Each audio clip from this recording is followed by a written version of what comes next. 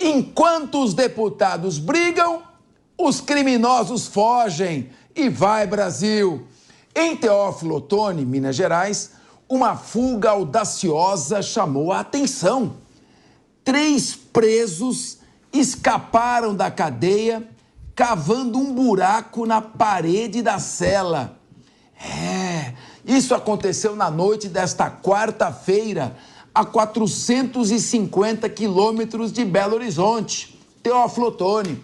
Durante a tentativa, outros 3 foram capturados.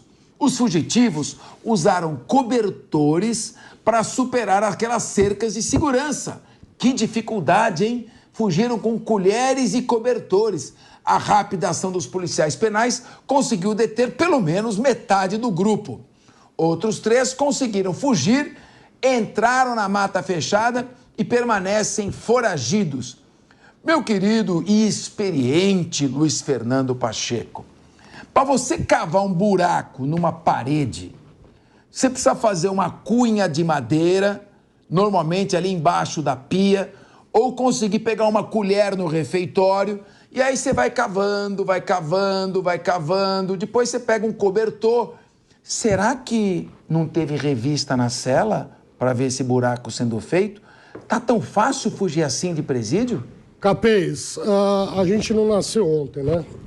Com toda certeza há que ser apurado, porque tudo indica que funcionários públicos estão envolvidos nisso. Você não faz isso sem que ninguém enxergue. Foi o mesmo caso daqueles presos que fugiram da cadeia de segurança, da penitenciária de segurança máxima em Mossoró. É evidente que ali havia conivência de policiais penais, de carcereiros envolvidos nisso. Então, há que se fazer uma apuração rigorosa, punir essa gente, eles devem ser demitidos ao bem do serviço público e responder a processo criminal por facilitar a fuga de preso. É isso. E acho que agora as autoridades têm que agir como bem agiram lá em Mossoró. Demorou, mas com inteligência, sem disparar um tiro, os presos foram recapturados. É isso que eu espero nesse caso também. Bem. Diego Tavares, eu não consigo entender essas fugas. Se você faz a revista na cela, não vai ter colher, não vai ter objeto para fazer a perfuração ali na argamassa da parede. O sujeito cavou um buraco na parede, saiu pela parede com um cobertor, e aí a cerca elétrica, a vigilância, os sentinelas não olharam, ele joga o cobertor na cerca, pula e foge pra mata. Tá fácil assim, Diego? Capês, não tá fácil não. Essa fuga ainda foi difícil, porque a grande maioria das fugas de presídio que nós temos no Brasil, acreditem ou não, acontecem pela porta da frente da penitenciária. Então esses que se deram ao trabalho ainda de cavar um buraco na parede, de fazer um plano, ainda, enfim, tiveram algum trabalho na sua fuga. A grande maioria, infelizmente, não tem. Isso ocorre com, enfim, muita recorrência no Brasil, infelizmente. Nós temos uma população carcerária de mais de 700 mil presos e uma estrutura carcerária, de outro lado, muito precarizada. Então, é praticamente impossível manter todos esses criminosos atrás das grades. O que tem que chamar novamente o debate para uma necessidade urgente de mudança do sistema carcerário. Você sabe por quê, Capês? Que imagino que você saiba, enfim, deve ter se deparado com isso muitas vezes na tua atuação como promotor. Os presos têm essa facilidade porque existem prisões nas quais os agentes penitenciários sequer têm acesso a todas as dependências dessa prisão. Tem prisões que são verdadeiros territórios paralelos. Quando a gente fala que são escolas do crime, são escolas do crime mesmo, porque é o crime que decide, inclusive, quem entra e quem sai. Não tem revista nas celas, porque não tem como você entra numa dessas celas de chefe de facção criminosa, o cara tem televisão, o cara tem celular, o cara tem, às vezes tem até um modem com internet lá. Acreditem, isso acontece, infelizmente. É a triste realidade do sistema carcerário do Brasil. Por isso que quando alguém senta nessa mesa aqui como eu e já fez defesa de modelos prisionais como o de El Salvador, por exemplo, e criticado, enxovalhado por isso, dizendo que El Salvador é uma ditadura, eu só posso dizer que El Salvador, construindo um presídio de segurança máxima para 40 mil presos, onde ninguém lá tem regalia, do preso mais comum ao chefe de facção criminosa, conseguiu se tornar o país mais seguro das Américas, já tendo sido o país mais perigoso do mundo. Eu acho que o Brasil poderia, sob esse prisma, olhar o exemplo de El Salvador e trazer esse modelo prisional para cá. Wilson Pedroso, adianta acabar com a saída temporária se continua a fuga definitiva? Capês, Saída temporária é outra piada, né? Outra piada. Saidinha é outra piada nesse país. Mas vamos falar de penitenciária. Cabeça, o que mudou? Mudou nada, não mudou nada. E as imagens e a notícia que a gente recebe hoje são imagens e notícias que eu recebo desde quando eu sou criança. Desde quando eu sou criança. É bandido saindo pela porta da frente, é bandido pulando o muro, é bandido serrando a cela, é bandido cavando buraco dentro da penitenciária e saindo através da... Como que eles chamam lá? Aquela amarração de... Quando amarra lençol, Aninha. Tipo Rapunzel ali. Como que é o nome quando amarra lençol, Diego? Rapunzel. Rapunzel, não, tem um outro nome. Vamos falar Rapunzel. Curricular muito específico. Não é. Mas a Tereza. Tereza. Uma Tereza. Era o nome da minha filha, Eu escuto isso, Capês, desde que eu sou moleque. Eu vejo em filmes. Isso não muda e não muda. Mas eu tenho um sentimento, Capês, que com a força e o aumento da força do PCC, essas fugas têm aumentado, porque eles estão rachados agora, e muitos deles têm que voltar para a rua, justamente para tentarem se organizar, porque é muita coincidência. No momento onde o PCC tomou a proporção de uma multinacional, no momento que o PCC está rachado, começam as fugas. Começou a fuga da presídio de segurança máxima, a fuga nesse presídio. Então, eu não vejo, eu vejo assim, eu sinto o cheiro que isso é uma coisa armada e que o PCC está por trás. Quer dizer que o PCC está rachado. Então, Ana Beatriz Hirsch, a rachadinha do PCC pode ter relação com as fugas? Olha, Capês, com certeza, até porque a gente sabe, ou pelo menos existem indícios bem sólidos, de que o PCC está infiltrado no sistema carcerário. Né? Então, quando a gente fala de facilitação para que essas fugas aconteçam, porque quem está de fora acha muito esquisito que alguém consiga cavar um buraco sem que alguém perceba, sem que um funcionário perceba, tudo indica haver algum tipo de facilitação. E, normalmente, as facções criminosas, por terem esse poder tão grande, são as responsáveis por captar esses agentes, essas pessoas, para que ajudem nessa facilitação toda. E aí, se não é o caso, a gente tem que falar um pouquinho sobre a negligência, sobre a imperícia dos funcionários do sistema carcerário que a gente tem hoje. Eu sempre lembro da história de Mossoró, que a investigação concluiu que não existiram pessoas envolvidas que facilitaram essa fuga ou qualquer coisa que o valha. Então, é pior ainda, porque as pessoas não estão fazendo o básico e o mínimo, que é manter os presos. Ninguém foi olhar a cela desses prisioneiros, porque não se constrói buraco em um dia também. Então, foram vários dias, semanas, quiçá meses, sem que alguém fosse conferir se ela estava nas condições que ela deveria estar. Isso é muito grave, independentemente de haver aí uma investida de facções ou não, o fato é que o sistema carcerário está de mal a pior.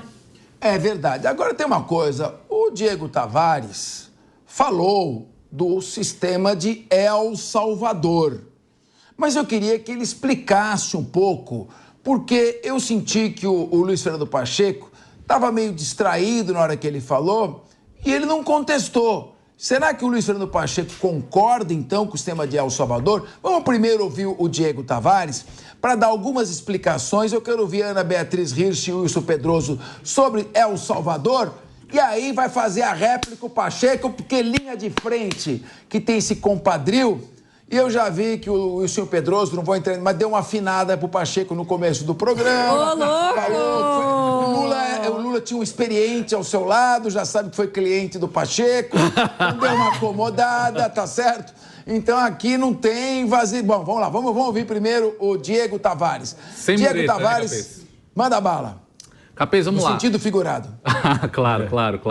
Capês, vamos lá. O modelo de El Salvador era um país extremamente perigoso, como eu disse, o país mais perigoso do mundo, até que chegou ao poder o presidente Nayib Bukele, que ascendeu ao poder justamente com um discurso contra as gangues, contra o terrorismo, contra o crime organizado. Uma situação muito semelhante da que nós temos aqui no Brasil. Enfim, o crime organizado tomando conta das estruturas do Estado, praticando, enfim, à luz do dia, os mais terríveis crimes possíveis.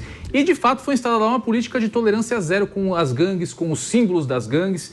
Então, uma das primeiras medidas do presidente foi a construção do CECOT, que é o Centro de Confinamento do Terrorismo, que é essa mega prisão para 40 mil presos. As grandes críticas a respeito de El Salvador são sobre a negligência, de certa forma, de alguns direitos fundamentais. Lá existem muitas prisões sumárias, a pessoa, se tem qualquer suspeita de envolvimento com gangues, ela já é prontamente direcionada a esse presídio antes mesmo do seu julgamento, mas fato é que El Salvador resolveu o problema da segurança pública. Hoje, como eu disse, é um dos países mais seguros das Américas, e tanto que o presidente Bukele foi reeleito agora recentemente com mais de 80% de aprovação do eleitorado el-salvadorenho, que, diferentemente do que acontece na Venezuela, eleições que contaram, inclusive, com observadores internacionais, observadores independentes. Então, é claro, como todo modelo no mundo tem os seus problemas, mas eu acho que na questão da segurança pública, o modelo de El Salvador deveria ser estudado pelo Brasil, que, como eu disse no começo dessa fala, tem um problema com a segurança pública muito semelhante, com a articulação extremamente eficiente do nosso crime organizado. Mas, ô Wilson Pedroso, aqui também tem uma coisa, se endurecer muito, tirar todas as regalias, aí eles fazem rebelião, incendeiam o presídio. Então, isso daqui normalmente levam na boa, não tem El Salvador. Aqui é só Salvador aqui, de preso. O que falta aqui, o Capês, é uma política nacional de segurança pública. El Salvador resolveu o problema. Capês, eu amo morar no Brasil. Eu não tenho vontade nenhuma de morar no exterior. Nenhuma. Mas eu queria me sentir como as pessoas estão se sentindo em El Salvador, onde eles têm segurança agora, como eu me senti quando fui viajar no Japão, onde à noite, 11 horas da noite, eu andando na rua com um celular na orelha, Esse sentimento eu queria ter, mas é isso. Mas ele é muito duro, ele é muito antidemocrático, dizem os progressistas aqui, amigos do Pacheco. Mas resolveu o problema de segurança pública. O que eu quero é que resolva o problema de segurança pública. Que o que nós temos não está resolvendo, é isso. Segurança máxima, nego saindo pela porta da frente, é presídio, nego cavando com uma... Que essa garra aí, rapaz? O cara pegando fazendo com uma colher um buraco. Isso não é segurança pública. A gente não consegue andar, volto a dizer, a gente não consegue andar na Paulista, que é um dos cartões postais aqui de São Paulo, a gente não consegue andar com o celular na orelha, tirando o nosso amigo Manu, que fica andando com o celular na orelha. Ninguém mais anda. Vê se alguém anda aqui, se desce aqui com o celular. Nunca. É isso que a gente quer. Lá em El Salvador, resolveu o problema. Se é duro ou não, resolveu o problema. E o que eu quero é viver num país onde a gente possa ter tranquilidade e de criar os nossos filhos com segurança. Ana Beatriz, olha o corre-corre lá. Tá gelado o chão, hein? Fala, Ana. Não, eu acho lindo o discurso do Diego e do Wilsinho. Ixi. Eu tava provocando o Pacheco e ela... Não. Canhotou. Não ela é advogada, ela é advogada. Eu também sou. Não, mas você está esquecendo de um princípio basilar de observância à Constituição. O problema do Brasil, ele é grande do jeito que ele é, porque é uma consequência da nossa Constituição Federal, que acabou outorgando direitos demais para as pessoas, sem pensar na necessidade de harmonização desses direitos. Então, eu vou pegar aqui um exemplo que a gente comenta muito aqui na Jovem Pan, que é a questão da saidinha. A questão da saidinha, meu Deus, vamos resolver, tira a saidinha. Olhem a quantidade de discussões acessórias à questão da saidinha. Já aplica agora? Não aplica? É só para quem cometeu crime agora? É para quem cometeu crime antes? Então, assim, o arcabouço constitucional e legal do Brasil, ele impede que de um dia para o outro o Brasil vire El Salvador. Ele impede esse endurecimento que vocês tanto gostariam com as penas e os presídios de segurança máxima. Claro que é. O que nós queremos é a segurança, é o resultado. Não, eu concordo. Isso não traz segurança. O que você prega traz mais insegurança. Eu dei número aqui. El Salvador é o país mais seguro das Américas hoje, era o país mais perigoso do mundo. Diego. Vamos fazer o seguinte. Isso não é resultado? Diego. Vamos fazer... Deixa a ditadura. Eu vou terminar. Deixa a Bia terminar. Ditadura. Foi reeleito com 90% quase das ditadura. intenções de voto. O Saddam Hussein era eleito quase com 90%. Aqui no Linha de Frente, a diferença é que lá não tinha auditoria. Não tinha auditoria. Lá em El Salvador tem. Lá teve. Pessoal, lá teve. De quem? Vamos respeitar o ouvinte do rádio que não gosta dessa zoeira que vocês estão fazendo. Desculpa, Deixa eu ouvinte. terminar primeiro a Ana Beatriz Hirsch. E vejam, gente, eu não sou contra o endurecimento das nossas políticas públicas de segurança. Eu também quero sair aqui embaixo falando no celular. É óbvio, isso é o que todos nós queremos. Só que nós não podemos fechar os olhos para a situação que a gente tem com as nossas leis e com a nossa Constituição. Eu também quero uma melhor segurança, mas a gente não pode achar que vai conseguir transformar e fazer o que El Salvador fez aqui, seja pelas leis que a gente tem, seja pela magnitude do nosso país, que tem dimensões continentais. Isso não vai ser tão fácil de ser aplicado como foi lá, é só você pegar no mapa e ver o tamanho de um, o tamanho de outro, e é uma questão garantista. Aqui nós temos certos direitos fundamentais humanos a serem observados. Lá em El Salvador, talvez isso não esteja sendo feito. Muito bem. Olha, produção, eu gostaria de dividir a tela agora para um confronto. Um confronto de ideias, é claro, porque aqui não é que nem a Câmara dos Deputados, a gente discute ideias, ninguém troca sopapos. Eu queria ouvir agora o Luiz Fernando Pacheco, porque a Lei de Execução Penal diz, e a Constituição também, que o preso conserva todos os direitos não atingidos pela perda da liberdade e também a sua dignidade, que é o princípio da dignidade humana. E a Constituição diz também que o Estado está proibido de dar proteção insuficiente ao cidadão. E ela exige a proteção à vida, à segurança. E do jeito que o sistema carcerário se encontra, ele não protege nada, é uma fábrica de bandidos, de criminosos. Eu quero saber o confronto de ideias aqui nesse momento, um fã do sistema de El Salvador. E o Pacheco, entendo que como um criminalista, advogou pela defesa dos direitos humanos há muito tempo, um constitucionalista, vai se opor a isso. Eu gostaria, se possível, de dividir-se a tela. Pacheco com a observação e o confronto de Diego Tavares. Capês, eu queria dizer o seguinte, o Brasil prende demais e prende mal. Nós temos 800 mil presos, uma grande maioria desses 800 mil presos são presos provisórios, ou seja, eles ainda não foram julgados, eles ainda não foram condenados, e eles estão ali à deriva num sistema prisional perverso. O Diego falava aqui de televisão, geladeira, etc. Acho que o Diego nunca entrou num centro de detenção provisória ou numa penitenciária, porque são verdadeiras fábricas de criar, de transformar seres humanos em animais.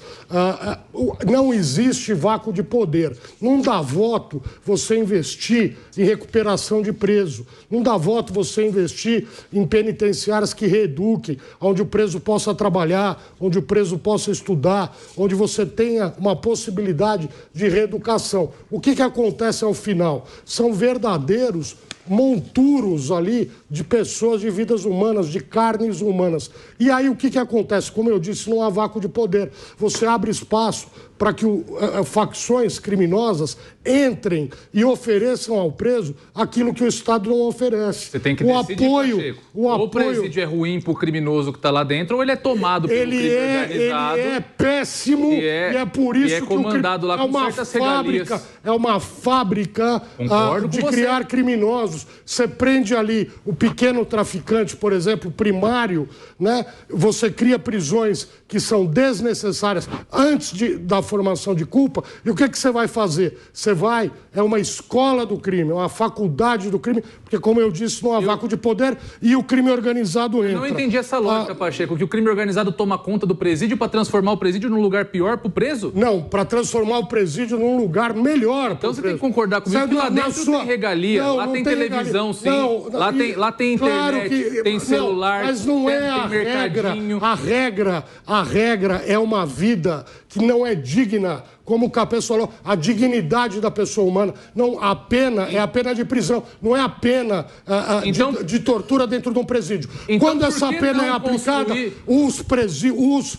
você tem aí a entrada da facção criminosa, que todos nós combatemos. Ninguém quer ver a facção criminosa mandando no preso ou cooptando o preso. Acontece que é isso que acontece pela omissão do Estado. Então me fala uma coisa, uma pergunta. Então por que não construir um centro de detenção como esse que nós estamos vendo nas imagens, que foi feito em El Salvador, uma prisão para 40 mil presos, sem superlotação, onde o Estado dá as regras, onde o Estado diz a hora de acordar, a hora de dormir e o que vai ser a rotina daquele que está pagando a sua pena perante o Mas Estado. é só isso que acontece em El Salvador? É só essa beleza toda? A respeito do sistema prisional é essa beleza. Não é essa beleza toda. Tanto que resolveu o problema. Não resolveu problema nenhum lá.